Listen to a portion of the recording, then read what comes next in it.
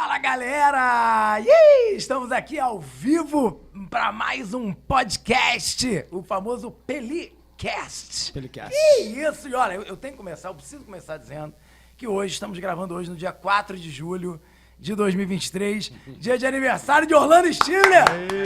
Que isso! A galera que tá acompanhando a gente pelo YouTube tá vendo a cara dele de sem graça. Você não gosta de aniversário aí? Você fica nervoso? Um pouco nervoso, um pouco constrangido. Um pouco constrangido. Porque fazer aniversário tem dia. Tímido, fico intimidado. Caramba. Muito obrigado, parabéns. Muito obrigado. Tá. Podemos tocar o programa, inclusive. Então eu aqui, Renato Pelizari, Orlando Stiller, o aniversariante. Muito obrigado, boa noite, boa tarde, bom dia. Estamos direto ao vivo hoje no YouTube, é isso? Valeu, só queria explorar um pouco o teu momento sem graça, que é raro. É raro, É raro. Bonitinho, sem graça. E Lara Rocha, queridíssima. Boa tarde, bom dia, boa noite, todo mundo. Beijo, só vamos. Bom, então vou apresentar nosso convidado de hoje, né? Posso? Pode, claro, amigo. Claro. E os tambores. Não, e tá dentro desse contexto também que eu falei a data, porque nós estamos agora aqui em meio aos festejos juninos. Sim. Né? Julinos, agora.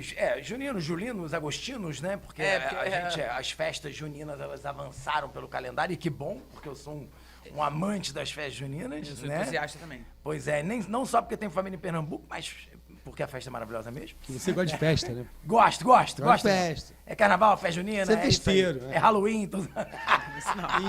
Aí quebrou. Foi mal, sabia que era polêmico.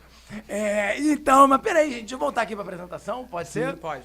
E aí, eu tenho o prazer, né, de trazer aqui no nosso podcast um grande amigo que a política me trouxe, né?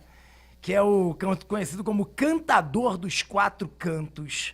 Ele, Marcos Lucena. Marcos, seja muito bem-vindo, meu amigo. Olá, boa noite, bom dia, boa tarde. Vai qualquer saber. hora, né? Podcast é assim, a gente não sabe a hora que as pessoas vão ver, né? Então quero dizer que é um prazer muito grande estar aqui com você, no Pelicast, com meu amigo Renato Pelizari, também com o meu amigo Orlando, que está sendo parabenizado pelo seu aniversário, e também com a Lara Rocha. Prazer muito grande estar com vocês, está às tuas ordens aqui. Poxa, a gente que agradece, né, Marcos? Assim, é que a gente ligou a câmera agora, mas a gente já tá conversando aqui, sei lá, deve ter mais de meia hora, porque o papo não para. Até pra gente conseguir parar de conversar, pra começar o podcast, foi difícil, porque é muita história bacana. E é isso, né? Esse nosso podcast vai trazer muito sobre isso também, que é cultura, né? E eu confesso, quando eu pensei nesse convite, Marcos, você, pra mim, desde que a gente se conheceu e pelo tudo que a gente compartilha aqui pelo WhatsApp e tal, você é uma referência, né, da nossa cultura nordestina, né? E a gente sabe da importância disso, dessa pluralidade, né? E dessa tradição, né? Dessa identidade que a gente estava conversando aqui há pouco. E eu queria falar muito sobre isso hoje, mas permeando as múltiplas histórias que você tem para trazer pra gente, que ele já contou aqui que foi no Jô, já contou aqui. Eu vou querer ouvir tudo isso, quer dizer, eu já ouvi, eu quero que a galera lá ouça. Exatamente. Né? Então eu queria trazer isso para cá, mas eu queria então primeiro que você... O cantador dos quatro cantos, essa inspiração dos quatro cantos certamente é uma inspiração na ideia de você ser um grande propagador dessa cultura nordestina. Eu queria que você falasse um pouquinho sobre isso, começasse falando um pouquinho sobre isso. Os quatro cantos têm dois caminhos, né? Primeiro, essa coisa geográfica mesmo, né? Da Rosa dos Ventos. Eu sou itinerante, desde que saí de casa, menino, para ser cantador, né? Eu não digo que sou cantor, sou o cantador dos quatro cantos. Eu já bati os quatro cantos desse mundão de meu Deus. Tem outro aspecto também que eu canto tudo, da cultura nordestina, né? A cultura nordestina e até latino-americana. Já gravei disco, por exemplo, de lambada, de salsa. Então, eu diria que meu cântico, ele é lírico, ele é contestador social, ele é romântico e ele também é para alegrar, é um canto festivo. Então é isso, cantador dos quatro cantos, porque eu ando muito, e dos quatro cantos, porque eu canto de tanga-rumba, passando por shot, chachado, baião, que é a minha essência, frevo, as músicas nordestinas. E você tem quantos discos gravados, Marcos? Eu tenho 17 álbuns gravados. O atual é produção do Danielzinho Gonzaga, ou Daniel Gonzaga, que é filho do Gonzaguinha e neto do Gonzagão. Ou seja, esse álbum que a gente está lançando, eu fui para o Nordeste agora, no período junino, fazer o lançamento desse álbum. É um álbum que tem uma mistura muito bacana, devido ter a essência do meu produtor, Daniel Gonzaga. Como eu disse, é neto de Gonzagão, é filho do Gonzaguinha Ele é da escola de samba Estácio de Sá, mas também trabalhou em circo, fez trilha sonora para circo. Ao mesmo tempo tem uma formação de rock and roll. Então está tudo isso misturado com a minha cantoria, de repente, de viola, de cordel.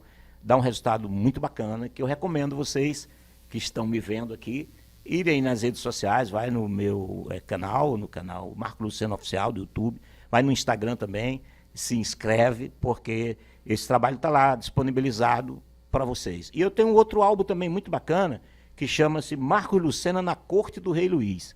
Aí sim, é um álbum casado com um disco, com um livro. O livro chama-se Marco Lucena na Corte do Rei Luís, onde eu conto 100 anos da história da música nordestina, que vem desde Zé do Norte, que eu chamo de primeiro pau de arara, é o homem que fez a trilha sonora do filme O Cangaceiro, que ganha Palma de Ouro em 53, né, em Cannes, mas seu Zé já estava aqui desde 1923. Então, eu trago de Zé do Norte aos dias atuais, sendo que eu cheguei aqui em 77, no Rio de Janeiro, e eu pude conviver com todos os grandes nomes da música nordestina. Gonzagão, João do Vale, Marinês, Abdias, Elias Soares, Luiz Vanderlei. Pessoas que eu vou citar aqui, a maioria dos brasileiros nem lembra o nome, mas se eu cantar uma música, eu falei Luiz Vanderlei. Você, quem é Luiz Vanderlei? É o cara que fez Coronel Antônio Bento.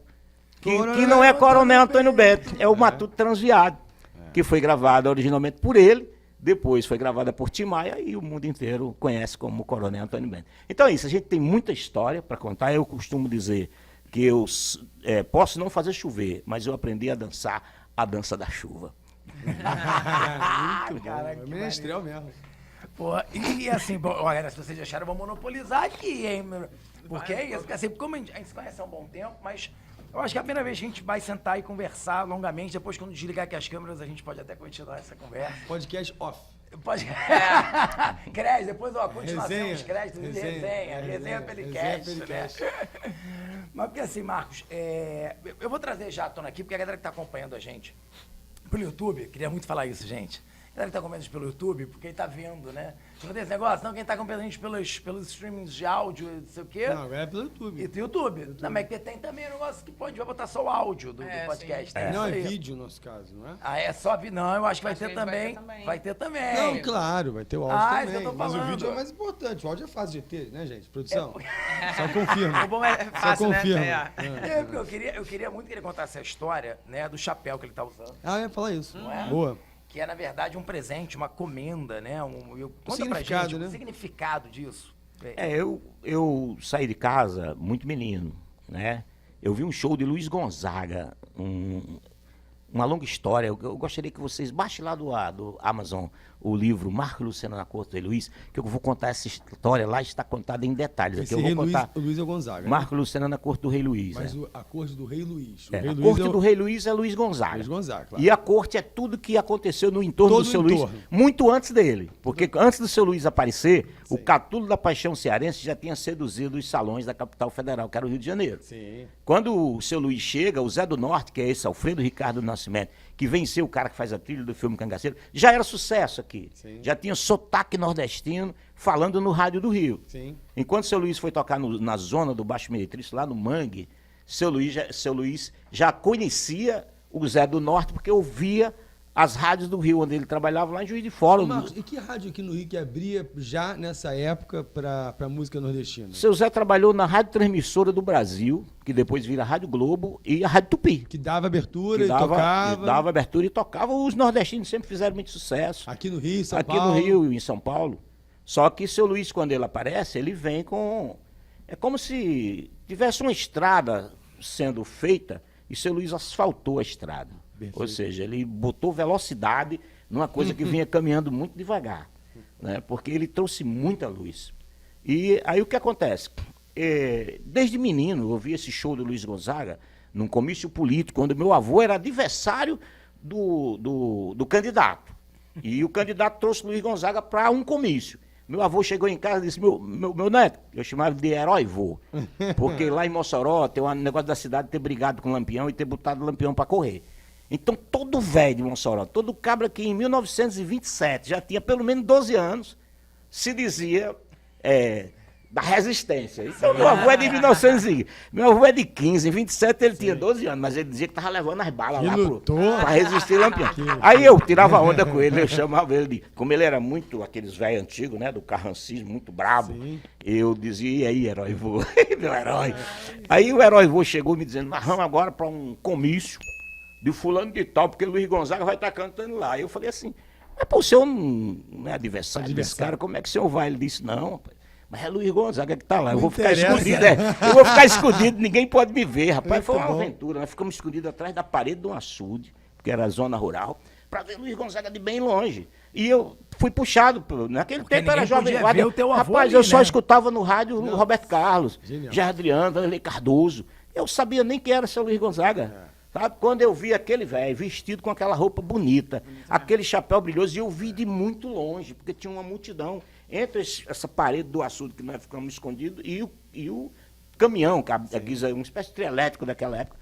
E eu endoidei por aquele som. E ele cantando Asa Branca, a volta da Asa Branca, o Assum Preto. Quando eu cheguei em casa, disse, mamãe, quando eu crescer, eu quero ser igual esse velho aí. Eu quero ser igual esse homem, seu Luiz, esse homem é muito bonito. E assim se deu. Terminei com 16 anos, eu estava vindo embora para o Rio de Janeiro. E de lá para cá, eu não fiz outra coisa, a não ser defender a cultura nordestina, a não ser estudar tudo o que aconteceu de interessante com o nosso povo, principalmente na questão musical, que é onde eu milito. E terminei ganhando o título de cidadão carioca, cidadão fluminense, e agora, em dezembro de 2021, eu ganhei o título de cidadão exuense. Na terra do rei, eu ganhei esse título. E por já ter defendido tanto o nordestino, a Feira de São Cristóvão aqui, que ia virar um shopping, eu já briguei 2 ou 3 vezes para essa feira não acabar. Agora, recentemente, acabamos de pegar uma queda de braço aí com o Eduardo Paes, que iria privatizar a feira, e nós conseguimos convencer o prefeito que não seria muito bacana, ele que quer se reeleger, tem aí 3 milhões de conterrâneos na rua, né? E o prefeito é sensato e voltou atrás, parou esse processo de privatização, está lá em stand-by. Então, o que aconteceu? Quando eu cheguei em Exu, para receber o título de cidadão exuense, na semana em que o forró iria se transformar em patrimônio cultural e imaterial do Brasil, no dia do aniversário de Gonzaga, que é 13 de dezembro, eu recebi, além de eu ter presente ali o Danielzinho Gonzaga, que é meu produtor, que fez um discurso muito emocionado, dizendo, eu já sou cidadão de Exu e agora você também, Marco Lucena. Um cabra chamado Alfranque Amaral da Silva, que é o representante do Fórum Nacional do Forró em Campina Grande, que é a meca do forró, né? Me botou esse chapeuzinho na cabeça e disse, Marco Lucena, esse chapeuzinho aqui é um símbolo da sua luta em defesa da cultura nordestina. Onde você passar, se você for falar do Nordeste, bota ele na cabeça. Isso foi em dezembro de 2021.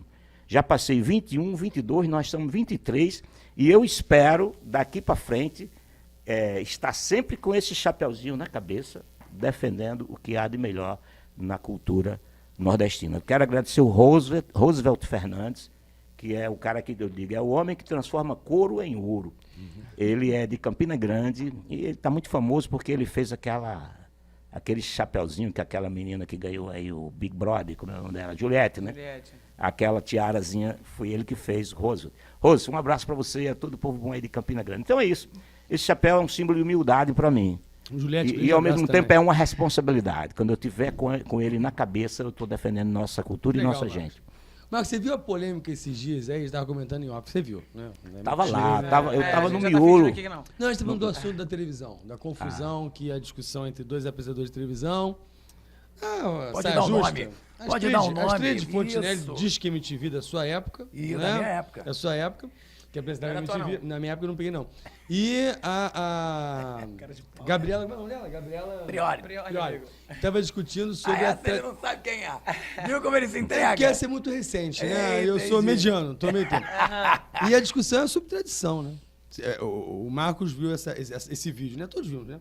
E discutindo justamente sobre a importância de se manter as tradições históricas. No caso, ela está falando sobre a música, e quando ela chegou, ela ouviu uma música diferente. Acho que ela citou sertanejo, universitário. O que você acha que você pensa sobre isso? Você acha que há uma perda, há um risco? As pessoas, o mercado está levando para isso? Porque a Gabriela Priori defendia que o mercado tem o direito de cobrir a festa da maneira que é melhor, né? Comercialmente falando. Mas eu acho que não é por aí, né? Olha, essa discussão é antiga, tá? Para você ter uma ideia, se o Luiz Gonzaga vivo ainda, ele já levantava a bandeira de que estavam destruindo o São João. No Nordeste, há muito tempo, a gente já levanta a bandeira do Devolva Meu São João, né? Faz suas micaretas na época da micareta, faz o carnaval no carnaval, faz a grande festa de Barretos com os sertanejos lá em Barretos, mas deixa o São João para nós, porque o São João é identitário, né? É uma festa identitária, isso não é conservadorismo. Isso. Eu não sou uma pessoa conservadora. Perfeito. Tá? E sou artista, e não discrimino artista. Claro. Como é que eu vou dizer assim, não pode botar ninguém numa festa. Não pode misturar rock com baião. Com baião, e Raul Seixas misturou e é lindo. E é lindo. E Little Richard tem tudo a ver com Luiz Gonzaga. Ninguém é mais rock and roll no mundo do que Luiz Gonzaga. Verdade. E eu tenho certeza disso, e qualquer roqueiro que está me ouvindo vai, se não sabe disso, aprenda. Sabe disso. Sabe, mas o rock and roll inclusive a origem do baião, do Luiz Gonzaga, é uma origem rural, igual ao rock and roll, que era campo de trabalho, o pessoal apanhando algodão no sul dos Estados Unidos. Música no Nordeste negra. também. Música negra. No Nordeste também, o algodão, o mocó, que era vendido ainda quando se plantava a semente, o americano comprava para fazer calça jeans. E o povo apanhava algodão cantando. Seu Luiz tem uma música chamada Algodão, que se você tocar com uma banda de rock, é um puta de um rock, ele diz. Vamos plantar algodão, vamos colher... Bota ali uns pedaleiros de overdrive, você toca um puta de um rock pesado. Então, é isso. Essa discussão é muito antiga. E o que a gente vê é que a cada ano o mercado vai tomando o espaço do artista tradicional. E o que é que vai acontecendo? A princípio, as prefeituras vão reduzindo os cachês, vão diminuindo a importância do artista, vão colocando eles na rabuda da festa, até chegar um momento, do jeito que vai, que não vai ter mais artista importante nordestino nas festas juninas. Perfeito. Né? A gente viu o Flávio José, eu estava lá na semana em que o Gustavo Lima se apresentou em Campina Grande, na abertura do São João, junto com o Flávio José, que é uma das maiores expressões da música nordestina autêntica nesse momento. E o Flávio cantaria meia-noite, antes do Gustavo Lima, e o Gustavo Lima entraria às 2h, e quando o Flávio foi avisado dentro do camarim que tinha que reduzir o show dele em 1 hora para outro artista. Ele encurtou o show dele. Encurtou o show dele. E ele vem para a plateia e diz, olha, talvez eu não possa tocar algumas músicas do meu repertório que vocês gostam, porque infelizmente meu show vai ser só 1 hora. O Flávio foi muito educado, só falou isso, mas foi o suficiente para o Nordeste inteiro se rebelar contra o que aconteceu. Eu mesmo, se vocês vasculharem aí as redes sociais, eu fiz um vídeo no mesmo dia questionando isso e que circulou o mundo todinho. Eu já recebi esse vídeo de volta lá em Londres. Aliás, a cena forrozeira é mundial. Nós temos o forró London, que vai acontecer em março, já está sendo divulgado. Nós temos cena forrozeira hoje no mundo inteiro. Mas eu penso assim, eu acho que nós, artistas nordestinos, temos que fazer, é o que eu tenho feito minha parte. Eu participo do Fórum Nacional do Forró, que é a parte organizada da luta para que a gente possa chegar nos políticos, para que a gente possa criar leis, né? Porque isso pode ser regulamentado por lei, pode-se criar uma lei que o dinheiro público que vai ser investido numa festa junina tenha que ser investido em artistas que vão manter a identidade. E não pagar dinheiro público para botar nas mãos de quem já é rico, milionário. E que ganha dinheiro o ano inteiro e que pode, inclusive, se quiser fazer um show à parte, cobrando, que faça. Né? Agora, dinheiro público não é para tirar uma tradição. Claro. Quando ela é identitária. Tradição identitária, eu sou a favor de manter.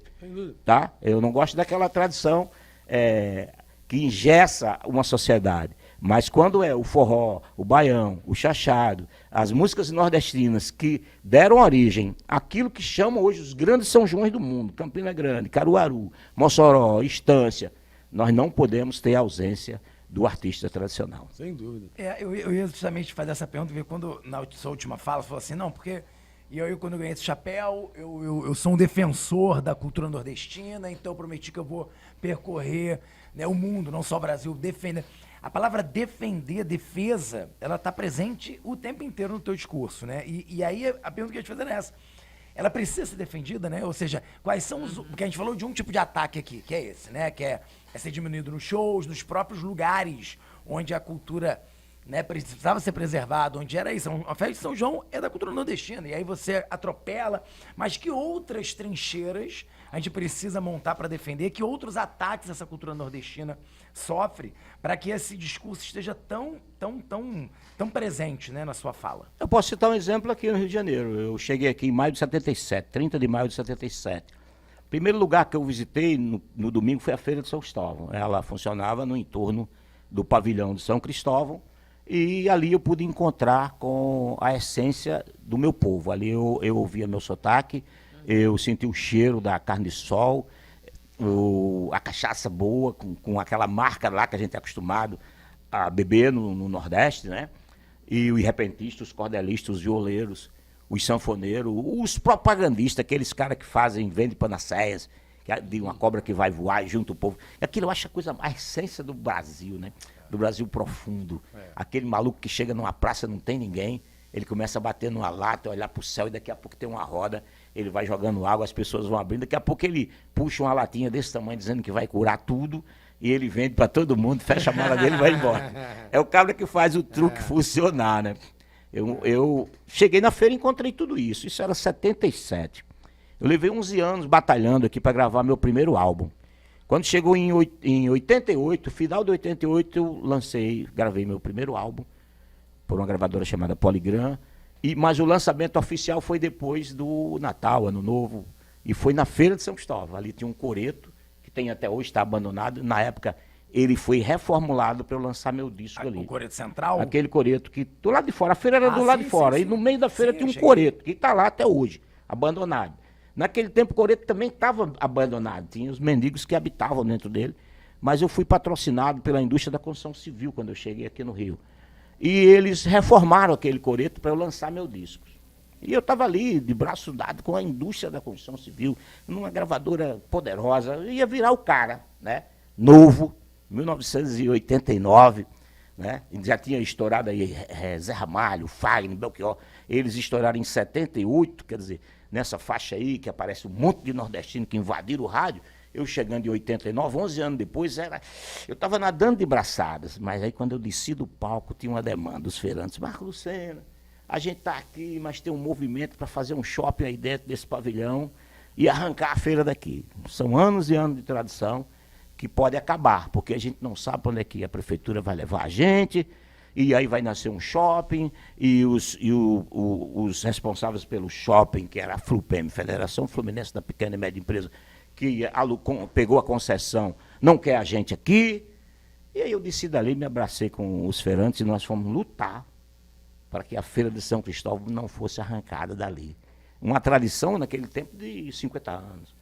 Pra você ter uma ideia, nos anos 90 a feira já estava fazendo 50 anos que existia no entorno do pavilhão. E o que aconteceu? Nós fomos à luta. E nós conseguimos aprovar a Lei 2052/93. Ó, isso era em 89. A lei foi aprovada em 93. A lei que criou o Espaço Cultural Rio Nordeste, que ela é anacrônica, mas vale até hoje, ela ainda sustenta a existência da Feira de São Cristóvão em São Cristóvão. E nós fomos além. Além de nós não sairmos do entorno de São Cristóvão, nós ainda conseguimos entrar para dentro do pavilhão. Então, quer dizer, é defesa mesmo. Né? Quando eu falo defesa, é porque é defesa.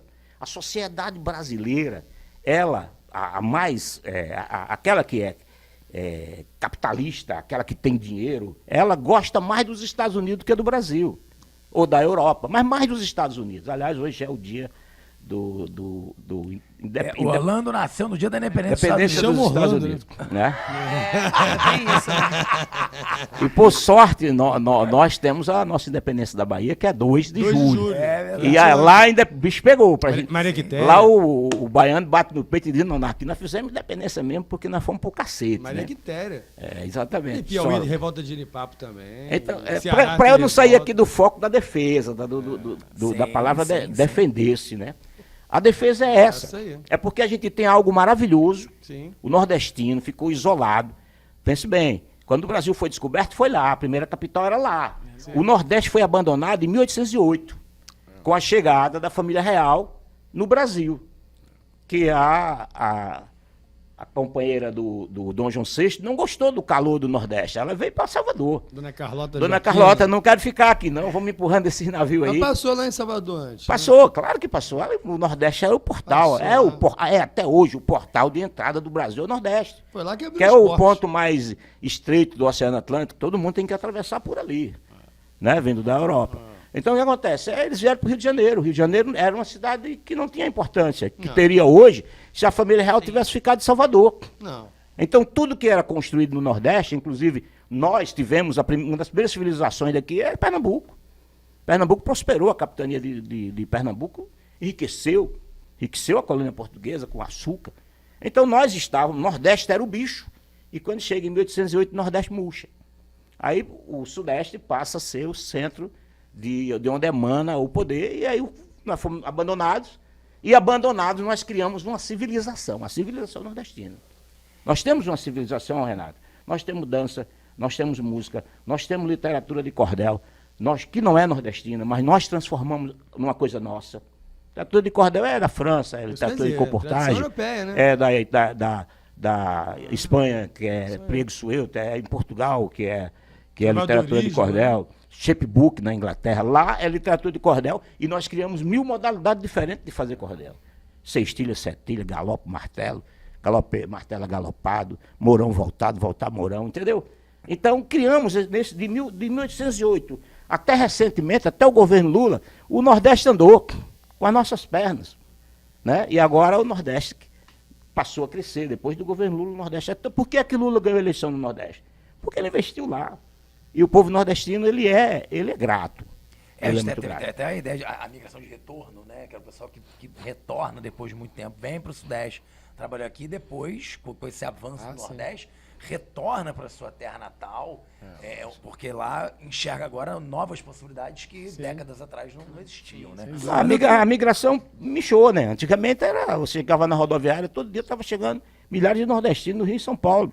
Agora não vem mais, agora tem um fenômeno até contrário. Gente que fez um patrimônio aqui, vendendo o que tem e voltando para lá. Voltando. Então, eu queria aproveitar, foi mal, eu sei que a Lara estava anotando coisa ali, mas é que eu queria fazer, porque eu tô aproveitando, porque no meio da fala da defesa, de defender a cultura, surge uma palavra que é como eu enxergo, que eu vou contar por quê, a Feira de São Cristóvão, né, o Centro de Tradições Nordestinas do Rio de Gonzaga, né, que é resistência, né, resistência. Eu uma vez, em 2012, eu fui convidado para uma solenidade, entrega de uma comenda para a filha do Luiz Gonzaga, lá no prédio da Alerj, e eu fui convidado a comentar um pouco sobre a questão da tradição nordestina aqui no Rio de Janeiro, fazer um paralelo político, histórico, aquela coisa. Fui, obviamente, nervoso pra caramba, mas preparei uma apresentação, e nessa apresentação eu entrevistei um rapaz que trabalha lá no meu condomínio, o Luciano, nordestino, porque o pessoal me falou, o Luciano vai muito na Feira de São Cristóvão, conversa com ele, porque eu queria muito que o Jurandir da Feira estava lá nesse dia, estaria lá. Meu irmão Jurandir, abraço pra você.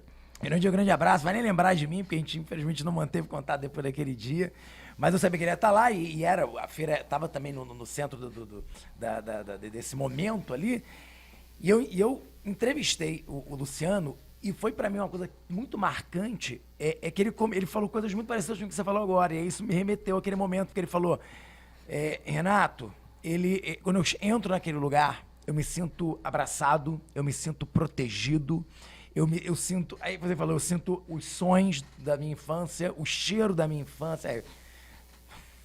Amigo, gente. É verdade. Cara, Você imagina Obrigado, qualquer um de nós aqui, Renatão, você brasileirinho, carioca da gema, entendeu? Apesar de ter um sobrenome italiano, mas já é gerações e gerações aqui. Eu sou lucena, sou judeu sefardita, né? A gente sabe que tem uma origem bem longe, mas eu sou nordestino, eu sou daqui. Então o que acontece? Você está bem longe do Brasil, você está em Londres, num pub daquele, frio danado, você está bebendo lá para aquecer.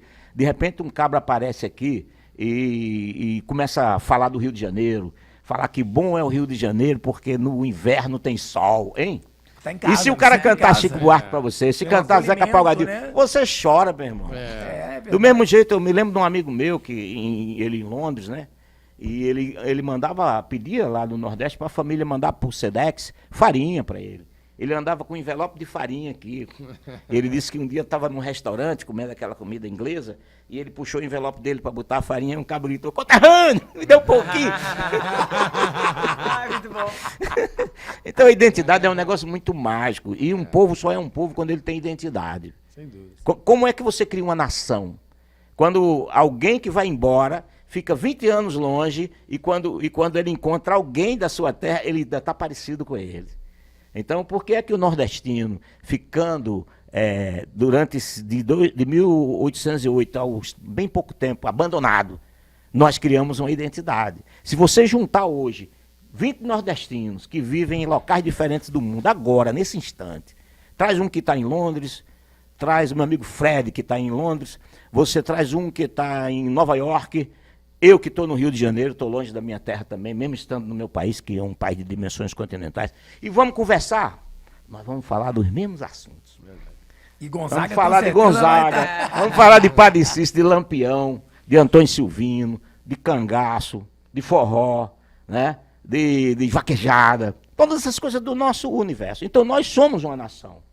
Uma nação é quando um povo, mesmo fazendo uma diáspora, ele não se perde. Legal. Eu tenho uma pergunta. Posso? Pode Mas é uma pergunta infantil. Uma pergunta É uma pergunta boba. Teu aniversário, você pode fazer qualquer Posso, coisa. mas se não souber responder, não é nenhum. Eu sempre ouvi que a origem da palavra forró. Você perguntar isso? Pode perguntar. Antes esquecido, vai. Porque eu dou aula de história, eu falo que eu o acho forró. que é isso, que veio disso. Aham. O que eu conto em aula é que a palavra forró talvez tenha vindo, não falo com certeza não, da expressão for all, na época que os americanos estiveram lá em Natal, quando montaram a base Parnamirim, na época da Segunda Guerra Mundial. E que na sexta o bar era só para americano, only American, e na sábado era for all. E dali teria sido a palavra forró. Isso é verdade, sabe dizer? Eu não acredito nisso, não. Muito embora, muita gente... Tem um filme. Com a- Não, tem com a Beth Faria, tem um com o filme, Zé Wilker. muita gente se deu bem, porque o americano é cultuado. Isso é lenda, né? O americano é cultuado, pela classe média para cima. Sempre Entendeu? média. Eu olho pro americano e vejo ele assim, um bestão. Sim. O americano médio, para mim, é um bestão. Bestão. Agora, a inteligência americana é porque eles compram, eles trazem a inteligência É. do mundo. Quando acabou a Segunda Guerra Mundial, os cientistas nazistas vieram todinhos para os Estados Unidos. Sim. E quem levou o americano para a Lua foi Von Braun. Entendeu? Assim eles são a potência mundial comprando as inteligências do mundo. Agora, o americano médio, ele só sabe do umbigo dele. E eles acham que a América é o fiofó do universo, e não é. O umbigo do mundo, não é. Eles são bestões. É. Aí o que acontece? O brasileiro besta, forró. O forró era muito discriminado. Quando eu cheguei aqui, eu cheguei em maio de 77, a gente só tocava em gueto. Aqui tinha o forró. Compre meu livro, Marco Lucena na Corte de Luiz. Você quer tomar um banho de história, compre esse livro.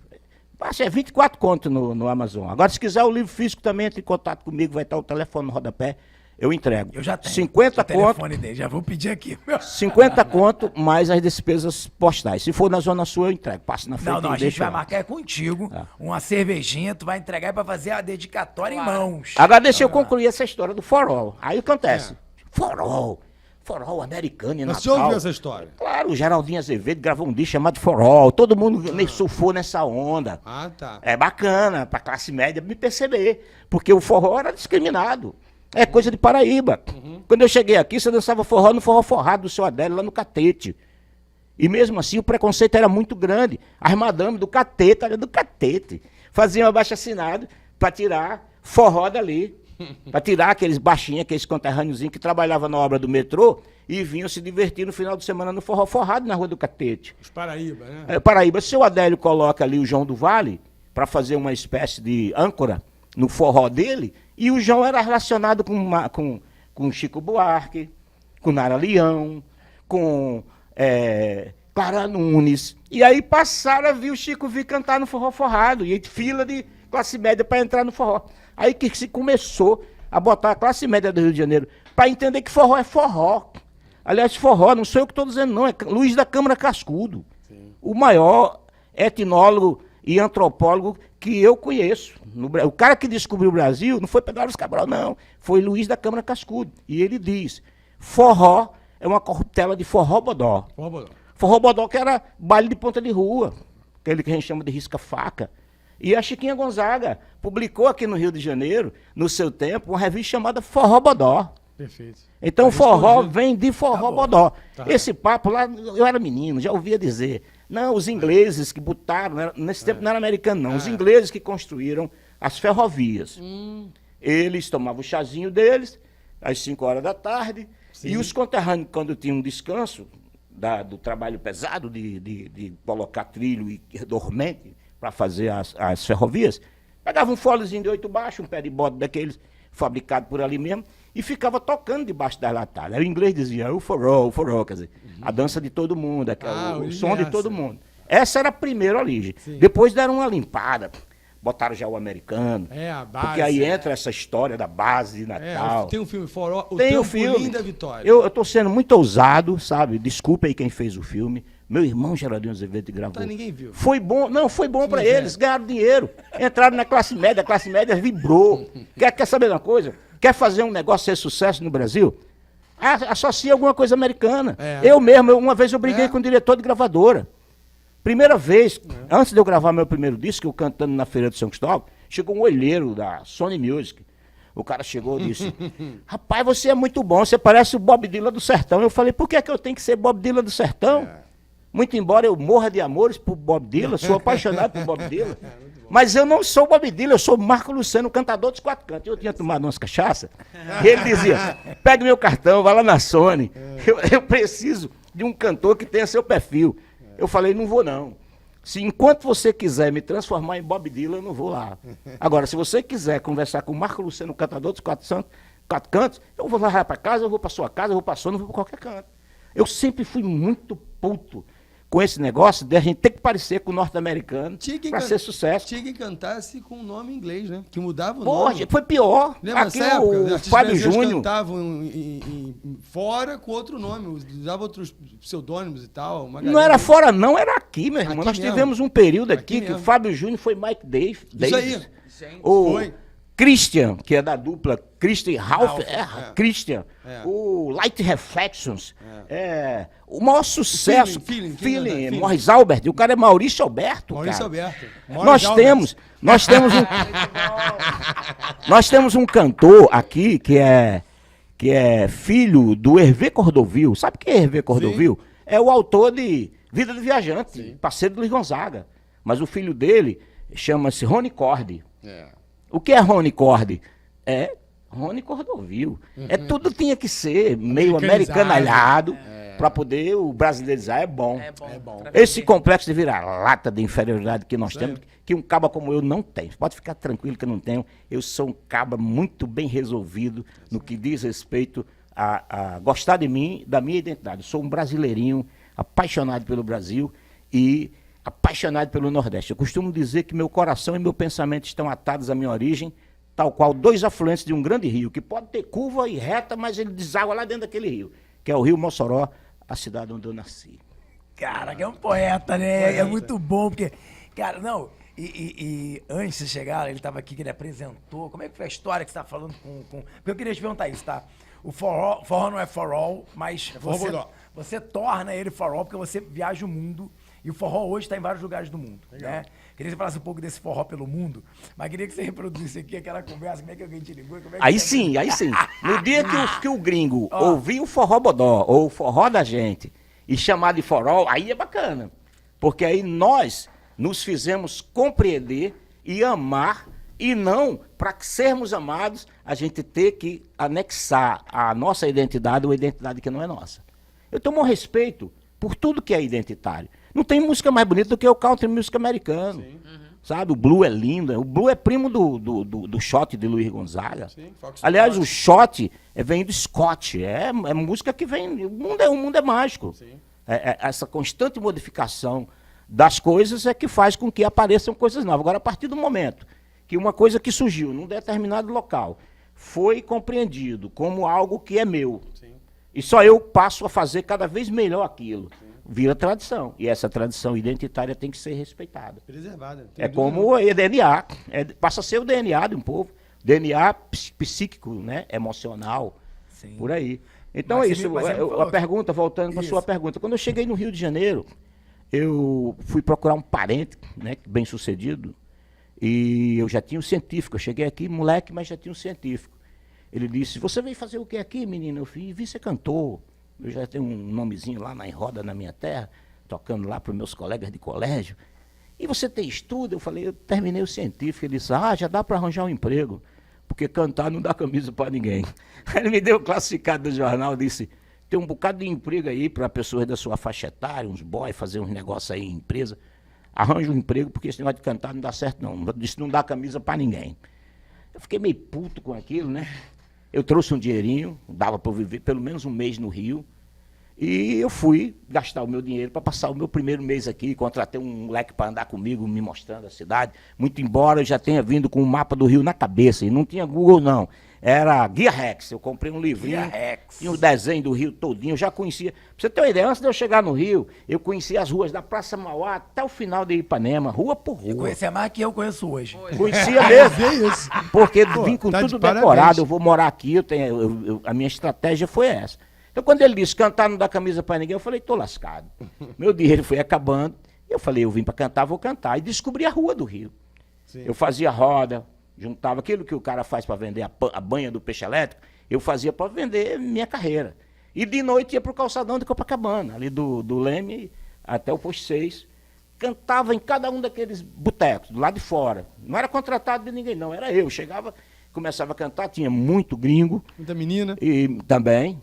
Moça? Moça, muita Trabalhava moça. lá? Muita moça. Sempre teve, né? Tem. Naquele tempo tinha os gringos atrás Eu da morei moça. ali, por isso que eu sei. Ali. E Balcone. aí, os gringos faziam non stand, e eu dizia good night.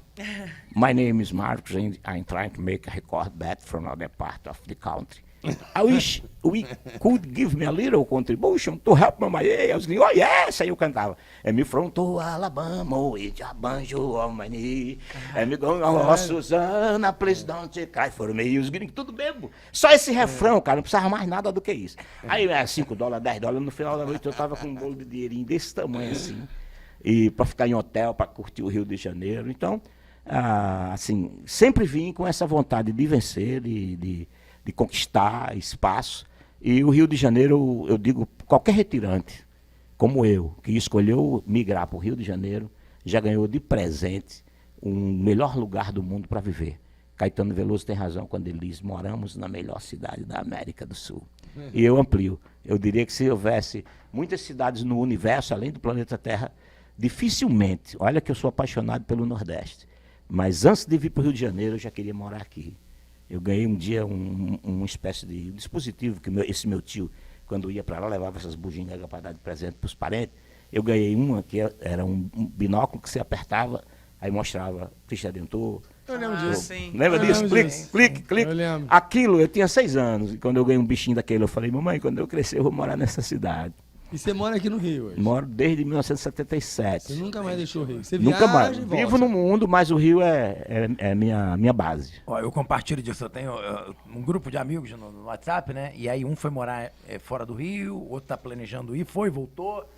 E aí a discussão era assim, daqui a 10 anos quero morar em tal lugar. Quero daqui a 15 anos morar fora do Rio, E você, Renato? Falei, eu quero daqui a 10, 15 anos ter feito o Rio um lugar melhor para que nenhum de vocês precise sair daqui. Com certeza. É isso, o meu Porque é pensamento é isso, esse. né? Essa cidade é maravilhosa. A gente só precisa que aqui tenha melhor distribuição de renda, melhor saúde pública, mais segurança. E quem vai fazer isso? É você, se a gente fugir daqui. Eu amo o Nordeste, todo mundo sabe disso. Eu sou apaixonado por Mossoró, pela minha terra. Mas eu, quando fico um mês longe do Rio de Janeiro, eu começo a ficar doido para voltar. Para eu ficar mais tempo, eu tenho que vir aqui, passar uma semana e voltar de novo para seguir. Eu não moraria fora do Brasil, pode acreditar. Também. A não ser que seja uma missão muito importante. Você vai morar em Paris, Marco Luciano, beleza. Mas o que é que eu vou fazer em Paris para eu deixar o Rio de Janeiro? Eu declaro esse amor. Eu fiz uma cantiga para o Rio que eu digo que o sol bem vermelho por riba do mar, batendo na pedra do arpoador. Lá no Corcovado, Cristo Redentor espalha no espaço um abraço de amor. O Rio de Janeiro é verão e amor. Não, eu errei, tá? Porque eu não falei pra ele que ele podia trazer um instrumento pra fazer aqui um ao vivo aqui pra gente, ó. Pô, imagina, mas já fica o convite. Para um próximo bate-papo ele vai trazer. Né? Na edição vai entrar, né? No dia, vai, tem isso. Né? Na edição já fica aqui a promessa. Quando acabar... Tem uma música que eu gosto muito, O Salvador Daqui, porque essa música... Essa que vai entrar, então. Eu vou indicar que vocês, no final, coloquem O Salvador Daqui. Essa música tem uma letra muito bacana e ela é uma cantiga nordestina cósmica, porque eu fiz para um músico, o violoncelista de Sarajevo. Isso é uma história mágica. Na Guerra da Bósnia, um músico da Sinfônica de Sarajevo estava em casa na janela do seu apartamento num domingo e tinha racionamento de guerra, tinha uma fila de pessoas na padaria para comprar pão, quando um avião joga um petardo, destrói o quarteirão todinho. E ele viu aquelas pessoas serem mortas, né? Dilaceradas. E ele enlouqueceu com aquela cena. Ele correu para o armário, pegou o violoncelo dele e ficou no meio daquela cratera tocando o Adágio de Albinoni, que é uma música muito triste, do clássico. E quando chegou a imprensa que cobre a guerra, viu aquele maluco ensandecido tocando no meio de um bocado de cadáver e filmaram ele, e ele se tornou uma celebridade em toda a Europa. Ele ficou equivalente àquele cara que parou os tanques na Praça da Paz Celestial, na China. Eu li essa matéria e fiquei muito empolgado, né, com essa história e lembrei de todas as vezes que guerra e arte se misturaram. Mas ficou na minha cabeça e eu fui, naquele tempo que explodiu as Torres Gêmeas, era um feriadão, eu fui para o 7 de setembro, fiquei até dia 12. Eu estava na Ilha Grande, quando sonhei que eu estava andando no meio de um cemitério, tinha um radinho tocando o refrão de uma música. E aí, quando eu acordei, peguei o violão e peguei um guardanapo e uma caneta que eu sempre tenho por ali, por perto, e escrevi aquele refrão, que é: eu senti o desejo de ser o Salvador Dalí. Eu senti o desejo de ser o Salvador Dalí. Aí fui lembrando da Guernica, que é uma obra mágica que foi pintada em plena Guerra Civil Espanhola. Guerra, arte, e aí nasceu o Salvador Daqui. Essa música o Jô ouviu, não sei por onde, na época, e me convidou para fazer o programa dele. Para mim foi uma grande honra, porque o Jô, além de ser muito inteligente, era a pauta mais difícil da TV brasileira fazer. É verdade. Eu vi pessoas que viraram governadora, por exemplo. Como é que você foi lá e eu não fui?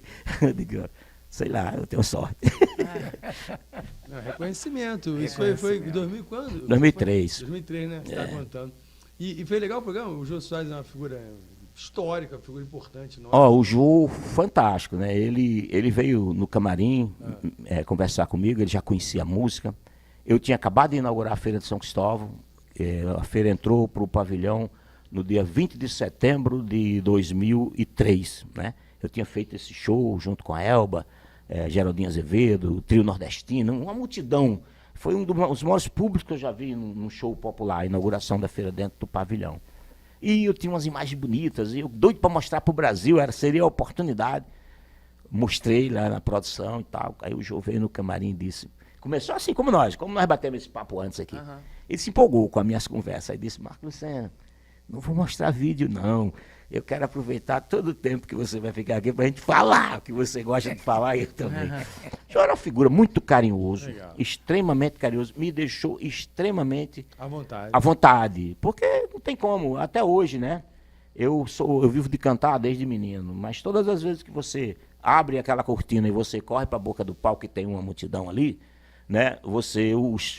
A barriga fica gelada, a boca fica seca, você precisa do primeiro aplauso, da primeira vibração, aí você domina a cena. Sim. Mas imagina você saber que está conversando com alguém que você conhece desde menino, que tem a maior admiração, né? E sabe que o que vai ser dito ali consagra ou te derruba, e que vai ter milhares de pessoas vendo, ou milhões naquela hora, fora a repercussão que daria depois. Milhões. Então, ele me deixou muita vontade e eu tenho muita honra de ter vivido esse momento. Aliás, onde eu passo, primeira coisa que pergunta, como é que você foi no jogo? Não sei, só sei que foi muito bom. E foi difícil, eu falei, para mim não foi não, porque ele me chamou. Agora, não tem mais, né? Quem foi, e eu fui. Exatamente. Um privilégio. Olha, eu posso dizer o seguinte, você pode se sentir um privilegiado, claro, por ir no Jô, mas eu me sinto um privilegiado por poder estar aqui nesse bate-papo contigo, né? Porque eu já gostava muito de você, mas agora você ganhou um fã. Sou teu fã, posso te garantir, porque é uma história linda, uma história de luta, uma história de resistência, uma história cultural, né? E tem tudo a ver com podcast, né? Porque aqui a gente fala de política, a gente fala de cultura, a gente fala de... Nós recebemos aquele coletivo indígena e falamos de luta o tempo todo. Falamos de luta Foi o tema. tempo inteiro. Resistência. Isso, falando sobre marco temporal, sobre, né? É isso, a gente gosta muito, Marcos, de trazer essa pegada, né? Porque a gente está aqui nesse mundo com um propósito, né? A gente está aqui numa Renato, luta. e você é isso. Eu conheci o Renato fazendo campanha política. Eu fui candidato a deputado federal na última eleição, o Renato também. Foi estadual. Né? Foi estadual, exato, foi também Isso, candidato. sim. Nós caminhamos pela Feira de São Cristóvão, nós Exato. subimos em alguns palanques juntos, né? E eu passei a admirar o Renato, ele foi bem votado, teve uma votação muito expressiva. E eu, assim, sou um homem que o cavalo passa selado, eu monto. Eu quero falar, eu disse para vocês, eu não sei fazer chover, mas eu sei dançar a dança da chuva. Então eu sou um cantador, né?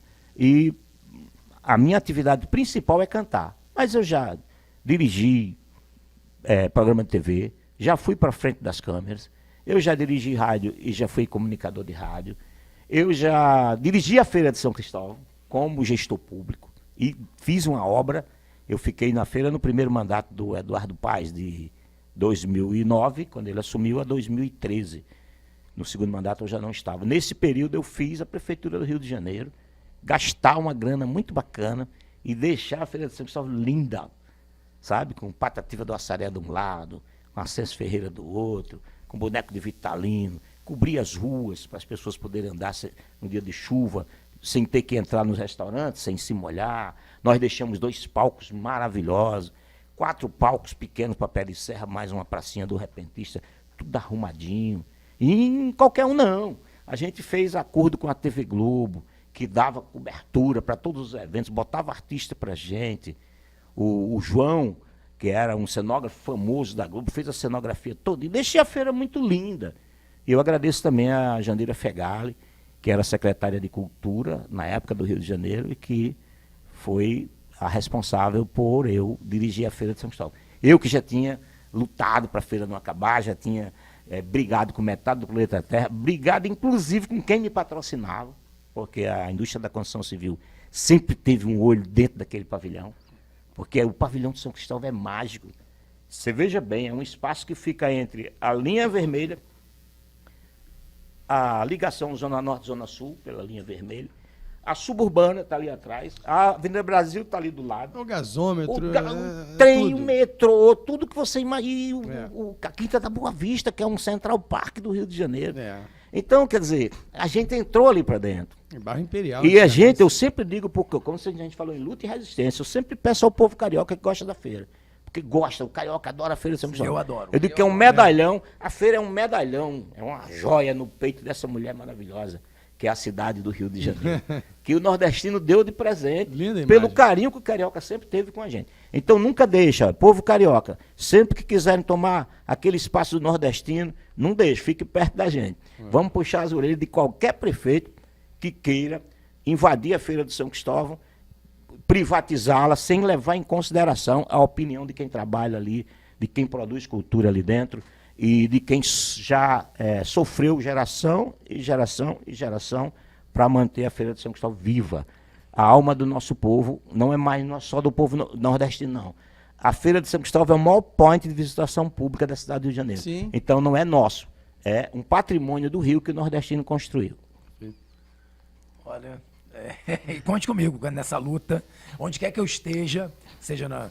Né, Mas corre algum risco hoje? O pavilhão está acontecendo alguma coisa? Desculpa a ignorância. Sim, há um projeto de privatização, é isso? Foi agora. Não, houve há um mês de abril, por aí, em maio, no dia aproximadamente era 20 ou 25 de maio, iam bater o martelo e a feira ia ser privatizada. Privatizada, né? Já tinha todo um projeto em andamento, já tinha inclusive empresas, tinha o valor da privatização, 97 milhões, tinha o período de obra que a feira teria que parar para fazer 30 meses, que seria aí talvez 3 anos, porque você faz um cálculo, fazer uma obra em 30 meses, ela passa chega em 40, né?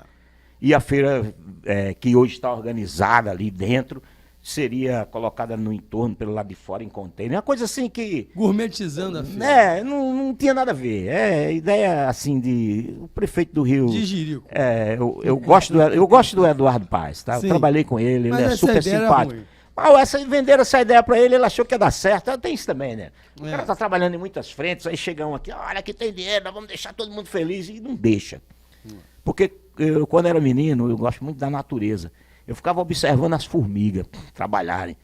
Às vezes eu cavava um buraco na boca do formigueiro e botava um vidro e botava açúcar para elas aqui. Eu cortava as folhinhas que ela gostava. Elas não pegavam, não.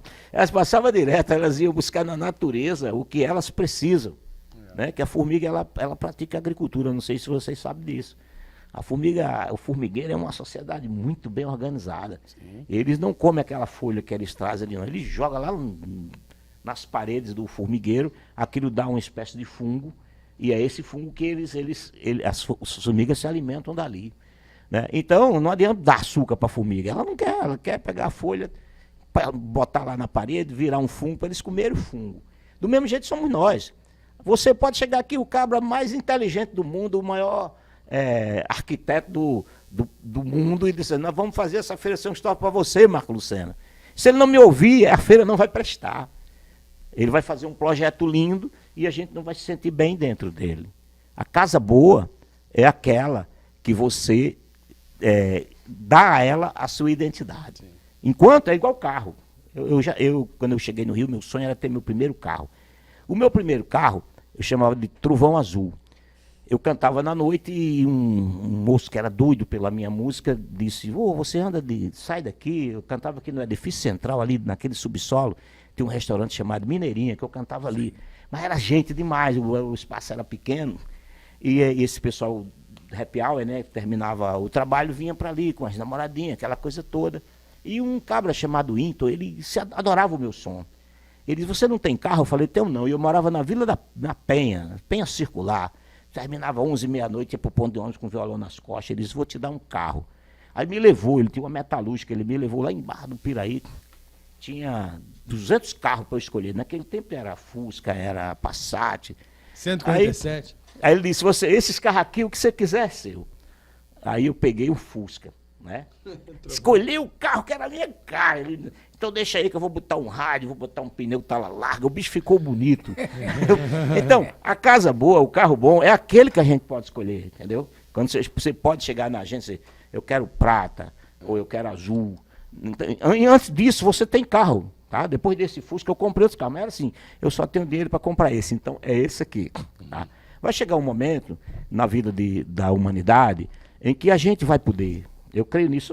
Eu acho que o universo é socialista, né? Tudo que você consegue com muita dificuldade num determinado momento, chega um momento que chega com facilidade. Porque, por exemplo, você pega o sol, a maior fonte de energia. Sem sol não existiria vida, não existiria nada. Sem sol, sem água. E tem que ter o espaço certinho, ó. Mercúrio, Vênus, Terra, Marte, né? Daqui para lá é frio demais, daqui para cá é quente demais. Do mesmo jeito, somos uma sociedade. A sociedade, para ela ser perfeita, ela tem que gerar riqueza, e essa riqueza tem que ter uma maneira de distribuir bem essa riqueza. Nós ainda não fizemos, não resolvemos essa equação. A gente ou está quente demais ou está frio O que é que a demais. gente produz, para quem a gente vai produzir, como a gente vai produzir, como nós vamos repartir isso. Aí o cabo que é empreendedor diz, não, eu sou empreendedor, o dinheiro é todo meu, tem 100 pessoas querendo trabalhar no meu empreendimento, vou pagar o mínimo possível a você, porque se você não quiser, tem 99 que quer. Sim. Isso está errado. Eu criei um sistema econômico que chama-se competitividade fraterna. O que é a competitividade fraterna? É você superar essa questão do lucro. Sou empreendedor, sei ganhar dinheiro, sei, mas o que eu ganho dinheiro não é para eu ficar aquele cara egoísta que pega tudo para mim e deixa todo mundo com fome.